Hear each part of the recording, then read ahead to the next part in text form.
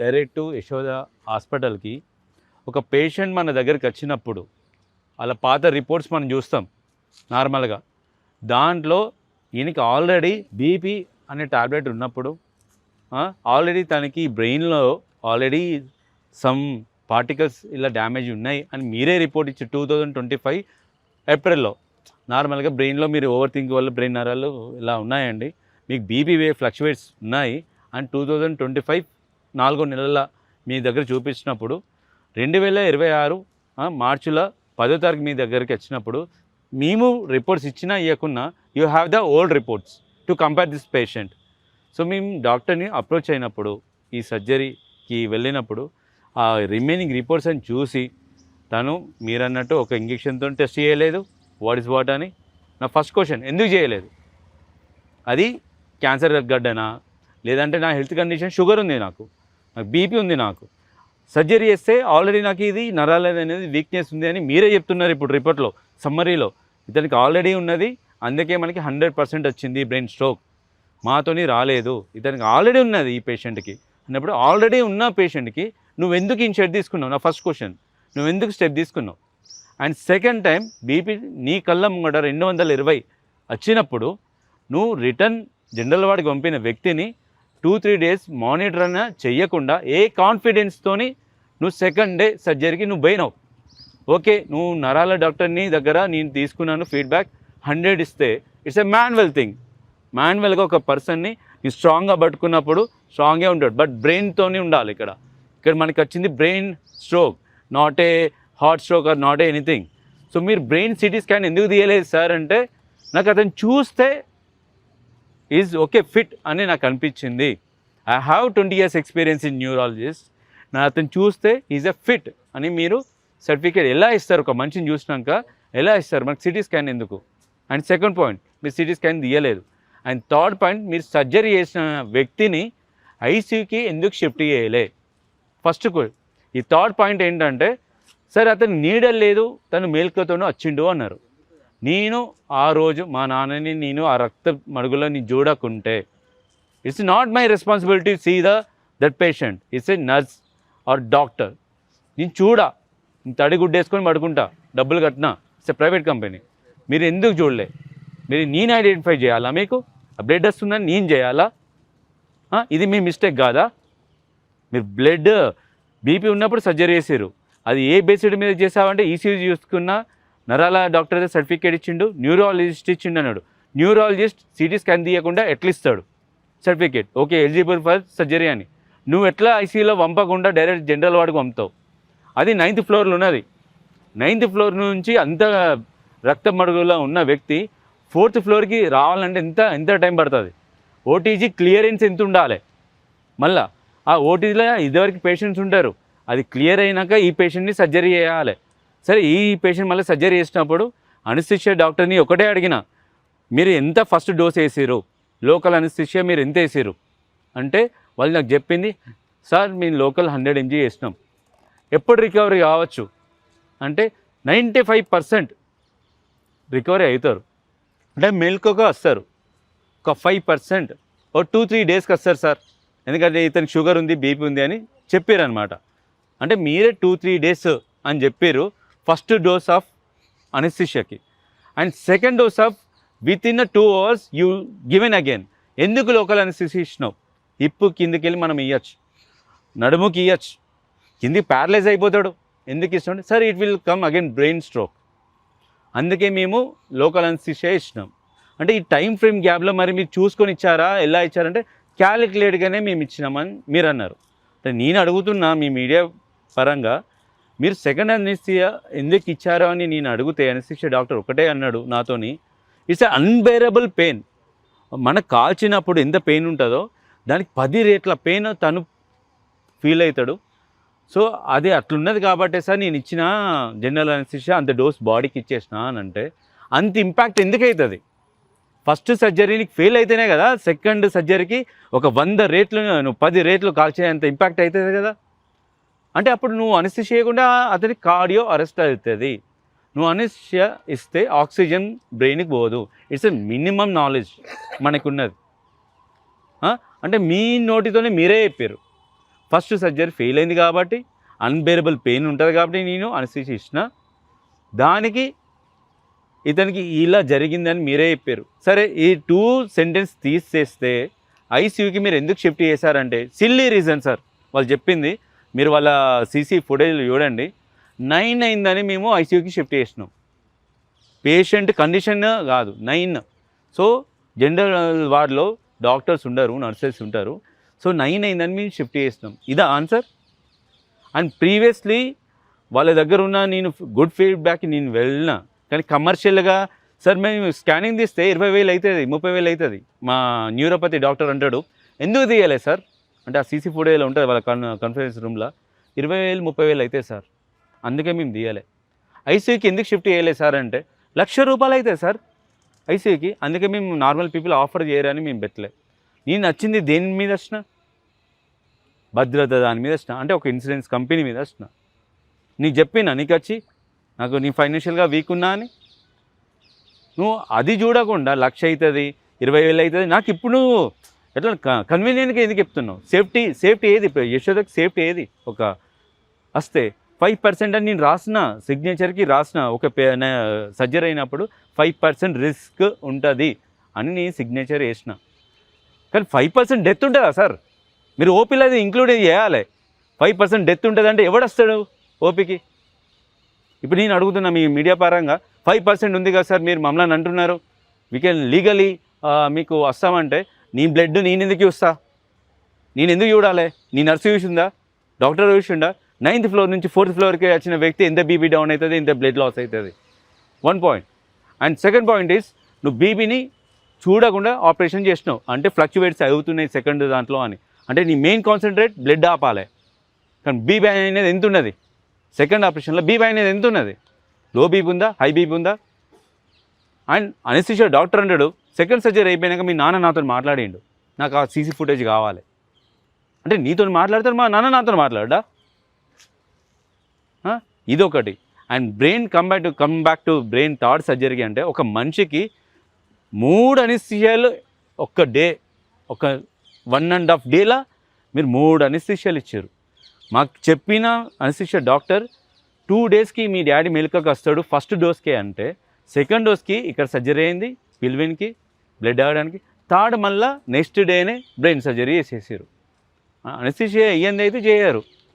మరి అతను ఎలా వస్తాడు సార్ మీరే చెప్పండి. మీ మీడియా పరంగా నేను అడుగుతా, 3 సార్లు అనస్థీషియా ఇచ్చిన ఒక 2 డేస్లో వ్యక్తి బయటకు వస్తాడా? కోమా నుంచి రాడు. అంత బ్లడ్ లాస్ అయింది. 10 ml 15 ml అంటే మీరు బెడ్షీట్ బట్టి పిండలేడా, స్ప్రెడ్ అయిందాడా. ఒక 2-3 నిమిషాలకి అంత స్ప్రెడ్ అయినప్పుడు 9వ ఫ్లోర్ నుంచి 4వ ఫ్లోర్ పోవడానికి ఎంత కావాలి? 4వ ఫ్లోర్లో ఓటీజీ క్లియర్ అయినప్పుడు ఎంత కావాలి? నేను చూసినప్పుడు బీపీ అనేది డౌన్ అయిపోతుంది, మీరేమో బీపీ ఉన్నదంటారు. ఇప్పుడు నేను యశోదని ఒక్కడే అడుగుతున్నా, యూ హ్యావ్ ద ఆన్లైన్, మీకు ఆన్లైన్లో చూసి మీకు సిస్టంలో జనరేట్ అయిన బీపీ ఉందా, లేదంటే మీరు మాన్యువల్గా రాసిన బీపీ ఉందా? ఇప్పుడు బీపీ మిషన్లో ఎంత ఉంటే గంటకు మీరు రాసుకుంటారు, అదే మీరు నాకు చెప్తారు. Did I see that? అది రుజువు, అవును ఇది కరెక్టే అని మీరు నాకు చెప్పడానికి మీ సిస్టంలో నా నేమ్ మీద స్టోర్ అయ్యి ఏమైనా ఉందా? Record on the record in online ఉందా? ఇది మాన్యువల్ ఉంది, ఆ మాన్యువల్లో మీరు ఎలా రాసుకుంటే అలానే ఉంటారు. సో నాకు యశోద అనేది ఈ 4 పాయింట్స్ నాకు క్లియర్ చేయాలి. మీడియా పరంగా ఒక్కడే అడుగుతున్నా, మీరు బీపీ ఉన్నప్పుడు 220 బీపీ ఉన్నప్పుడు నెక్స్ట్ డేనే ఎందుకు వేసారు? అంటే మీకు ఎవరైనా డబ్బులు ఇచ్చి మా నాన్నని చంపమన్నారా, మర్డర్ ఏమన్నారా? హాస్పిటల్ అయితే ఇతనికి కేసు గీసు ఏముండదు మనకి అని మీకు 20 మీకు ఎంతంటే అంత మన్నించి ఈ ప్రభుత్వం కావచ్చు మాజీ ప్రభుత్వం కావచ్చు మీకు పైసలు ఇచ్చి మర్డర్ చేయించిందా? ఎందుకు చేసారు నెక్స్ట్ డేనే సర్జరీ? ఎలాంటి ప్రికాషన్ లేకుండా. అండ్ న్యూరాలజిస్ట్ని స్టేట్కి ఒకటే క్వశ్చన్ అడుగుతున్నా, ఒక మనిషిని చూసి నీ బ్రెయిన్లో ఏం లేదు అని నువ్వు ఎలా క్లియర్ ఇస్తావు? దానికి నీకు సిటీ స్కాన్ ల్యాబులు ఎందుకు? అసలు ఎందుకు నీకు ల్యాబులు?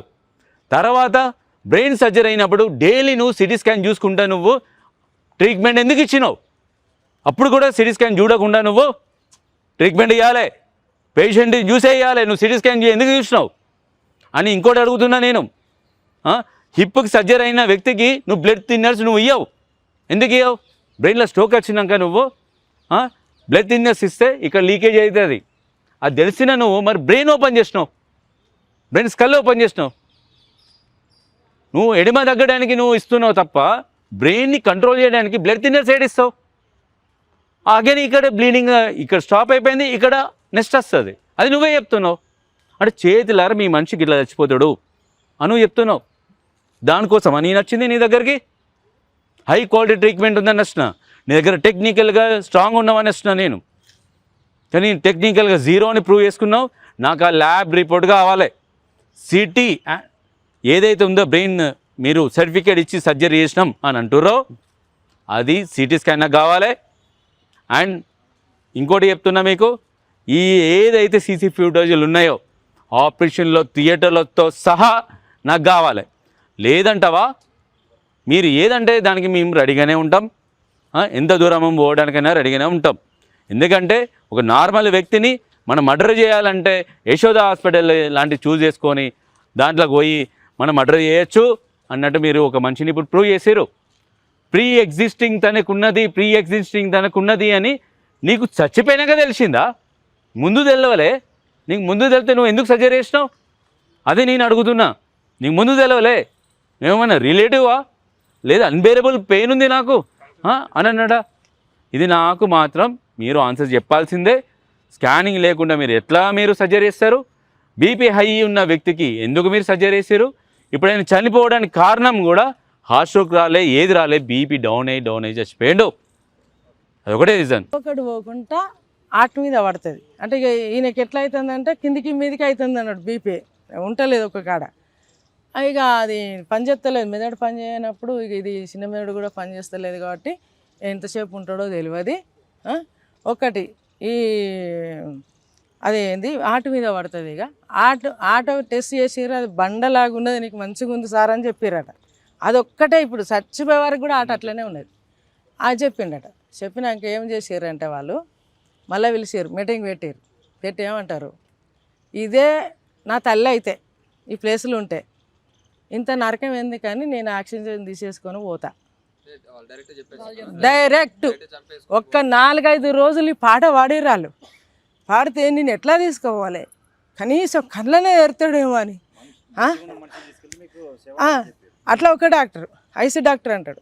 ఇంకొక డాక్టర్ అంటాడు, అసలు ఇట్లా నిన్ననే ఒక తుర్కొల్ల పిల్లగాడు 30 years ఉంటాడు. ఆ పిల్లగాని వెంటిలేషన్ నుంచి పంపించినాం, ఆ ఇంటికి పోయి పడగొట్టచ్చారు వాళ్ళని, మీకు కూడా ఆఫర్ ఇస్తాం, మీ ఇంటికాడ పడగొట్టేస్తాం మేము అని ఒకడు అంటాడు.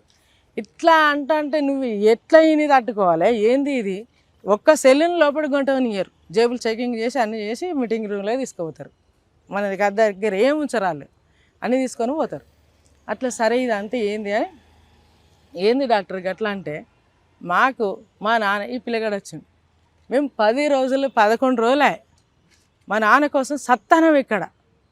మా నాన్న కూడా మా కోసం అట్లనే కష్టపడని, ఏమన్నా కానీ మా డాడీ అలా సెర్చ్ కానీ ఏమన్నా కానీ బాధపడని, మా డాడీ కళ్ళు తెరితే చాలు మాకు, మేము తీసుకొని పోయి ఒక మొక్క లెక్క సాదుకుంటాం అని అంటే, ఓ డాక్టర్ వచ్చి, ఇగో మీరు ఈ చిన్న మెదడు మంచిగా ఉంటే మీ డాడీని ఒక మొక్క లెక్క సాదుకోవచ్చు, మేము ఇక్కడ ఓల్ చేసి ఇస్తే మీరు అల్లకెళ్ళి పోసుకొని చెట్టు నీళ్ళు పోసుకున్నట్టు పోసుకోవచ్చు, కానీ మీ నాన్నకి ఇదే పోయింది, ఏనాక ఇంకేముంటుంది? ఇక ఉండదు.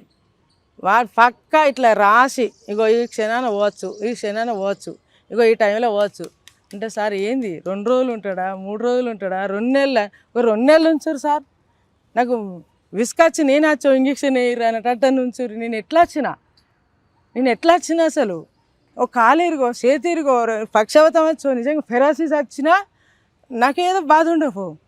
మంచిగా ఇద్దరం తయారై ఆయన టిక్కేసుకొని ఒక స్పోర్ పైకి నడిపే మనిషి, అలాంటి మనిషిని నేను తీసుకొని వచ్చి ఎట్లా పోవాలి? ఈ సావులు అనేటివి అత్తయి పోతాయి, ఇంత నిర్లక్ష్యం ఎట్లా సార్? ఇది ఏంది? నేను ఎట్లా తట్టుకోవాలి? ఇది నా వల్ల అయితే లేదు. కనీసం కళ్ళు తెరిచి తోలురు, నా మనవాడిని సాదుకుంటా నేను అని అన్న. వాళ్ళకు ఏంటంటే వాళ్ళకు ఫస్ట్ ఇప్పుడు వచ్చేటప్పుడు ఇప్పుడు కూడా నేను ఒక బాధపడే వచ్చిన, ఈ కళ్ళు తీసారు, ఇంత పెద్దగా ఉండేది సగం తీసారు, ఒక మనిషికి ఆపరేషన్ అయింది, ఇది తీసారు, మళ్ళా అది కడుపులో పెడదామంటే మేము అన్నాం అది ఏంటన్నా ఫ్రిడ్జ్ చేయరు, మేము పైసలైనా పెట్టుకుంటాం, కానీ మళ్ళీ అంతా మళ్ళీ ఇక్కడ చీరిండ్రు అనుకో మళ్ళీ ఇది ఒకటి అవుతుంది అంటే ఫ్రిడ్జ్ చేస్తామన్నారు, చేసిండ్రు. ఇప్పుడు మేము తీసుకొని వస్తా అంటే మా సారద దొరుకుతలేదు, ఇయ్యలేదు. అది ఏడవైందో కూడా తెలియదు వాళ్ళకి. కిందికి వచ్చినాక మనం దానం చేయాలంటే పుర్రు ఉండాలి మనకి అని నేను ఆ పుర్రెని అది పట్టుకపోవాలి మనం అని పిల్లలే చెప్పిన, వీళ్ళకి తెలియకుండా వచ్చురు సపడేక అని అంటే వీళ్ళు అడిగారు. అడిగితే ఎస్ఐ ముంగట ఎస్ఐ పోలీసులు ఉండంగా అయ్యో ఏది లేదా ఎక్కడుంది ఎవరు పెట్టిరు ఏం చేసి రేడి పోయింది అని అంటారు వాళ్ళు. అన్నాళ్ళు ఎస్ఐ అండి ఇంత నిర్లక్ష్యం అసలు ఏంది ఇది ఎక్కడున్నా అన్నాడు తీసుకురాపోరంటే మరి ఈయన తీసుకొచ్చిరో ఇంకెవరు తీసుకొచ్చిరో నాకు తెలియదు, దాన్ని కూడా టెస్ట్ చేస్తే తెలుస్తుంది. లాస్ట్కు అనంగా ఎంకులాడి లాస్ట్కు అయితే ఇంట్లో పెట్టినాం, ఇంట్లో పెట్టి ఆయనకు ఆపరేషన్లో కుట్టేసినాం అని చెప్పారట. వీళ్ళకి చెప్తే వీళ్ళు ఇప్పిరట అన్న బట్టలు ఇప్పలేదు. మళ్ళీ తీసుకొని వచ్చి అలా పెట్టి ఇప్పుడు పంపారు. ఎంత నిర్లక్ష్యం అది అంటే వాళ్ళు ఎన్నడూ చంపారు అనుకోవాలి. నేను ఆపరేషన్ చేసిన రోజే ఇవాటికి 9 గురువారం నాడే ఆయనకు సర్టిఫికేట్ ఇచ్చిర్రు వాళ్ళు, ఈయన చనిపోతాడు అని. ఇది అయినాడు ఇవాటికి 9 రోజులు అయ్యి 3 సర్జరీలు అయినాక ఇట్లా చేసారు. అయితే ఇది ఎన్నడూ ఇచ్చినట్టు ఆయనకు ఇవాళ కాదు వాళ్ళు ఇచ్చింది నాకు, మమ్మల్ని తీసుకోపోమ్మని అంటారు. మా అమ్మ అయితే పోతా మా అయ్య అయితే పోతా అనేది నాకు ఇప్పుడు అర్థమవుతుంది. వాళ్ళు ఎప్పుడో ఇచ్చారు. అది వాళ్ళు ఏం చేయాలి, ఇవి ఎన్ని ఆపరేషన్లు ఫస్ట్ వేయండు లో బీపీ అని వచ్చిండు, ఐబీపీ అని పంపారు. అది అడిగిన నేను ఐబీపీ వచ్చినప్పుడు ఎన్ని రోజులకు ఒక మనిషికి ఆపరేషన్ చేయాలి, వాళ్ళ దగ్గర ఆన్సరే లేదు, ఒకళ్ళ ముఖం వాళ్ళు చూసుకుంటారు వాళ్ళు. ఇప్పుడు ఇంతెందుకు మా ముంగట ఎంతోమంది డాక్టర్లల్లా అసలు మంచిగా వచ్చిన మనిషిని ఖరాబ్ చేసారు సాగొట్టేర్చి అని వాళ్ళే అనుకుంటారు, మనకు రారు. ఇప్పుడు వీళ్ళయ్యా ఎవరైతే నిర్లక్ష్యంగా వైద్యం చేశారు కదా డాక్టర్ పేరు చెప్పండి. ఇంకొకటి చెప్పినాక చెప్తా. ఇదంతా అయింది కదా, నిన్న ప్రాణం పోయినాక ఇవాళ నిన్నది నాకు గుర్తు. ఈ చైర్మన్ వాళ్ళకి కల్పించి నిన్న ప్రాణం పోయింది, తీసుకుపోయారు అందులో పెట్టేసినాక అంతవరదాకా మాకు వాళ్ళని కలిపియమంటే కలిపియలే వాళ్ళు, ఎందరితో ఫోన్లు చేసిన. నిన్న వాళ్ళు చనిపోయినాక చైర్మను ఇంకెవరు ఆయన పేరు డైరెక్టర్ వాళ్ళు మమ్మల్ని కిందకి మీటింగ్ మీరు పిలిచారు. పిలితే మేడం ఇంత అయినాక ఒక్కసారి మాకు కలిసి మాకు ఏ ట్రీట్మెంట్ కావాలో చెప్తే మా ఆస్తులు అమ్ముకొనన్నా పెట్టుకుంటాం, భద్రతలు రాకున్నా మంచిదే అని.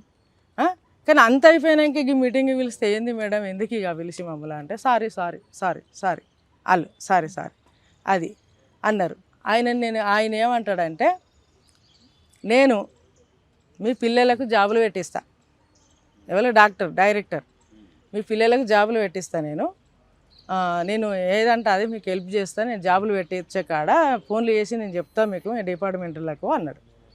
అంటే నాకు వద్దు సార్, నాకు జాబులు వద్దు, నా మొగందేమని ఉండే రాష్ట్రపతి అవ్వాడుతాను, 2 జిల్లాలకు టైగర్ అని పేరు తెచ్చుకున్నాడు, ఆయనకి ఆయన ఉంటే వాళ్ళు ఇస్తారు, లేకుంటే నాకు వద్దు, నువ్వు వద్దు అని చెప్పి వాళ్ళ నుంచి ఆయన నీకేం కావాలమ్మా అన్నాడు. నేను ఒక్కటే అన్నా, నాకు మాత్రం మీరు రిపోర్ట్లు ఇచ్చినా అన్ని మార్చి, నేను అడిగిన వాళ్ళ రిపోర్ట్లు ఇస్తేనేమో నిజం అనుకుంటా, ఇవ్వలే ఇవరకు ఇవ్వలే, నేను అడిగిన వాళ్ళు ఇవ్వలే. మీరు మాకు డాక్టర్లు తెలిసిన వాళ్ళు ఉన్నారు, రిపోర్ట్లు మారుతారు, అంత అయిపోతాయి, రిపోర్ట్లు అస్సలు అద్దు మీకు తీసుకున్న వేస్ట్ అని చెప్పారు. అంటే మరి ఏం కావాలమ్మా, నాకు మా ఆయన అందులో పోయే సీసీ ఫుటేజ్ ఉంటుంది కదా, నాకు ఆపరేషన్లు అయినప్పుడు వీడియోలు ఇచ్చారు, పక్క రూమ్ వాళ్ళకి ఇచ్చారు, నేను చూసిన, నాకు కూడా ఇస్తానన్నారు. నాకు అందులో పోయేది వీడియో కావాలి, బయటకు వచ్చేది ఆ సీసీ క్యామ్ వీడియోలు కావాలి, లోపల ఆపరేషన్.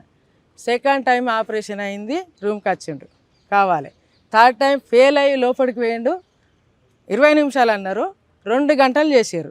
నాకు ఆ 2 గంటలు ఏం జరిగిందో కూడా కావాలి. ఆ 2 గంటల్లో పెరాసిస్ ఎందుకు వచ్చింది, ఏం మతి సింతం లేకుండా బయటికి వచ్చిన మనిషి ఐసీకి ఎట్లా వేయండు. సెకండ్ చేసినప్పుడు ఫస్ట్ మంచిగా ఉన్నప్పుడు సెకండ్ ఆపరేషన్కి అటే తుడుచుకొని నడుచుకుంటూ రావాలి ఆయనే కదా, అలాంటి ఆయనే సోయి లేకుంటే ఎట్లా వేయండు అన్న. అది నాకు కావాలి. ఇవి ఆ యశోద నుంచి నాకు ఇవి కావాలి. ఇప్పటికైనా ఎట్లా చనిపోయిండు అనేది కూడా క్వశ్చన్ అయిపోయింది నాకు ఆడ. ఎట్లా చనిపోయిండు ఎవరి నిర్లక్ష్యం వల్ల చనిపోయింది. నేను పేర్లు చెప్తా వాళ్ళే, నీవు మళ్ళీ చెప్పు అంటే చెప్తా. మెడికల్ రిపోర్ట్స్ లో ఎట్లుంది అసలు, అంటే స్టార్టింగ్ నుంచి సేమ్ ఉందా మళ్ళీ అంటే ఒకసారి నేను మార్చేసారు, ఫస్ట్ది లేనే లేదు. అయితే నేను చెప్తా ఆగు. ఒకటి ఇప్పుడు నేను చెప్తా ఒకసారి. ఇప్పుడు హాస్పిటల్ యశోద తప్పని నేను అంటలేను. ఇప్పుడు యశోద హాస్పిటల్ మంచిగా అయిపోతారు నేను అంటలేను.